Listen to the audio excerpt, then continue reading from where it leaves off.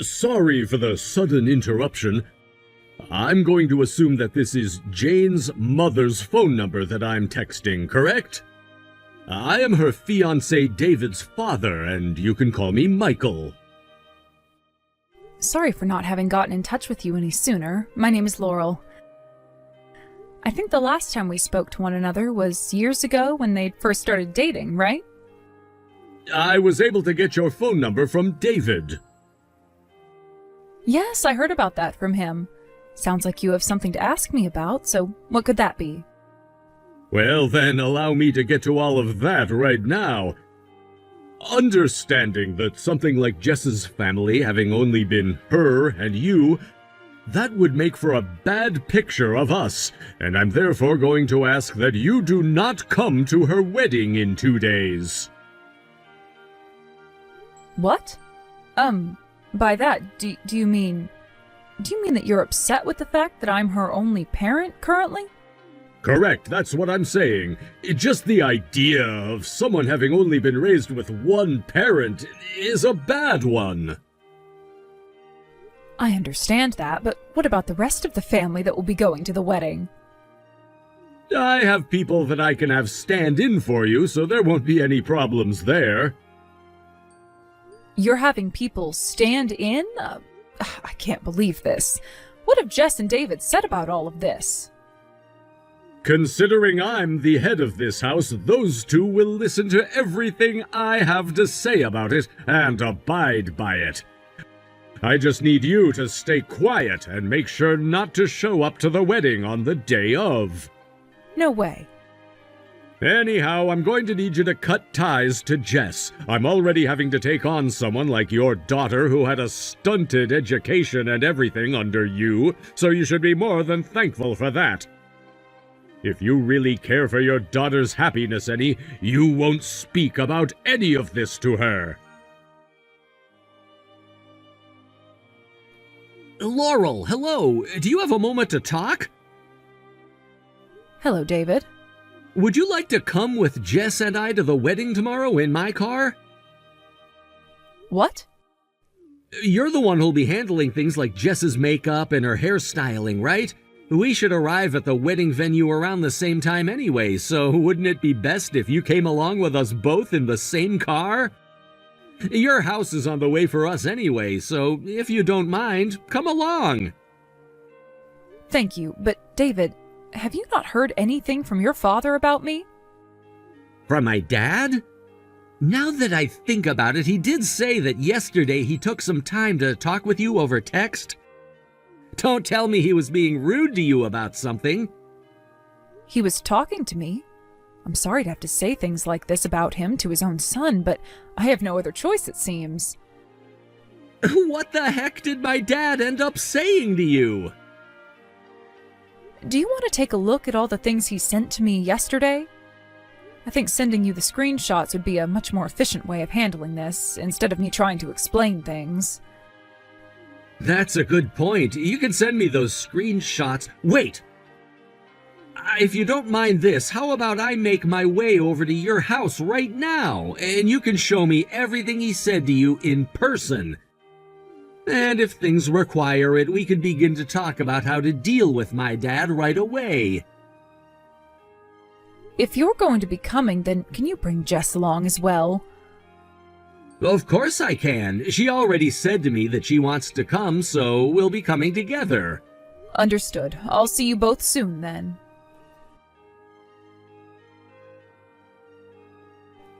Excuse me, Laurel. Why have you come to the wedding venue today? I already told you not to come, didn't I? I can see that you're over in the bride's changing room as well right now, so what do you think you're up to there? Good morning, Michael. I don't think anything is going to be able to change the fact that I'm the bride's mother and have a right to be at her wedding today. And I'm not up to anything bad by being here. If not, then leave! But I'm in the middle of some tasks I was asked to handle by the bride and groom themselves. Tasks? Oh, perhaps you work as a janitor or something like that? I remember you saying back when we'd first met one another that you work in a field where you clean people up and make them feel pretty, all while giggling about it. So you remember the way I was laughing about it then, but nothing about the actual field of expertise that I'm in? Huh? I'm really sorry to stop things here, but I'm in the middle of prepping the bride for her wedding day, so I must go. Hey! You get the hell out of here right now! I told you already that the bride having only one parent, and that being only her mother, is a bad look for us. Someone who should have already cut ties to her daughter shouldn't be coming into here thinking she can be around us. David, I started to get some more texts from your father. Is that right? As expected, he's really gone and done it to himself. Yep, unfortunately he did. Do you want to come over here and see me to take a look at everything he said? And then I will leave everything thereafter in your hands. Sure thing, I'll be there right away. Dad, you go home right now. What? I don't want you to be at my wedding anymore. David! I just spoke with both Mom and Grandma a second ago, and the both of them are furious with you now.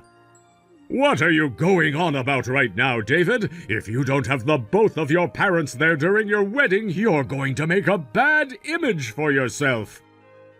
And you've gone and made a terrible image for yourself by acting like a complete and total jackass to Jess's mother. But it seems you don't quite get that yet. What are you talking about? Jess's mother works as a hairstylist. And not just any stylist, but one working at the top hair salon here in this city. She does the hair of so many celebrities that you probably can't even count them all. What? She works at a hair salon that even celebrities are going to? That's right, and it's the exact same place that both Mom and Grandma have been going to for years now, and are very familiar with Jess's mother because of it. And the only reason Jess and I were able to meet in the first place was because of their relationships. Then, here's something that I think you of all people will find very important, Dad. What is it? It seems that a lot of those hair salons have been left under the supervision of Cameron. And you know that Cameron has plenty of other businesses that he's taking care of as well, right?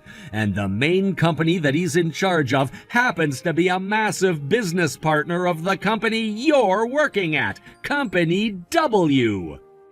What? He happens to be Jess's brother, but you never met him before because all of the times you guys were around, he was busy with things like the businesses. But you did get his business card at one point, correct? His business card? So that's what that business card was all about? Don't tell me you threw that card away or something. So you did toss it. I thought he was going to try talking to me some more later on about how he wanted to sell me his lovely company or something, considering he never had a father growing up to make him into a proper businessman. Jesus! So you didn't even have a look at his business card to see the kind of man he is. And when you were told about where Jess's mother has been working, you didn't listen to any of that either. Seems neither your eyes or ears are of any use to you then. What? How dare you say things like that to your father? Everyone and their mother knows that fatherless households like theirs are utter disgraces. Sorry that you can't seem to wrap your head around that or anything. That is why I asked for Laurel to stop talking to Jess anymore, so that this family's image didn't have to be stained by her. I see. And here's a response from Cameron, the CEO of Company W, to what you've said to his mother. then this is the end of my company and your company's relations as well, correct? What? Dad, you were the one in charge of business relations between Company W and your company, right? Seems that you've been causing a lot of trouble for Cameron's company and the man he left in charge of relations with you, all because he's a bit younger than you. Well, just a couple of days ago, on Friday to be exact, that man went and made a complaint to your company about how you've harassed him. He complained? Your company was told that as long as you are overseeing the business relations, there would be no more business between you guys and Company W. What was that? In preparations for this wedding today, you took off that Friday, right? Well, when it comes to this Monday, you're going to be hearing all about what's happened while you've been out of the office. And here's a word from your CEO of Company A. Huh? My CEO is here right now with you guys? Cameron happens to be close friends with your CEO, and considering how long they've been friends for, he's also family friends with Laurel and Jess. In other words, not another person here has the same kind of skewed views on people like Laurel that you do, and not a single one of us wants you around.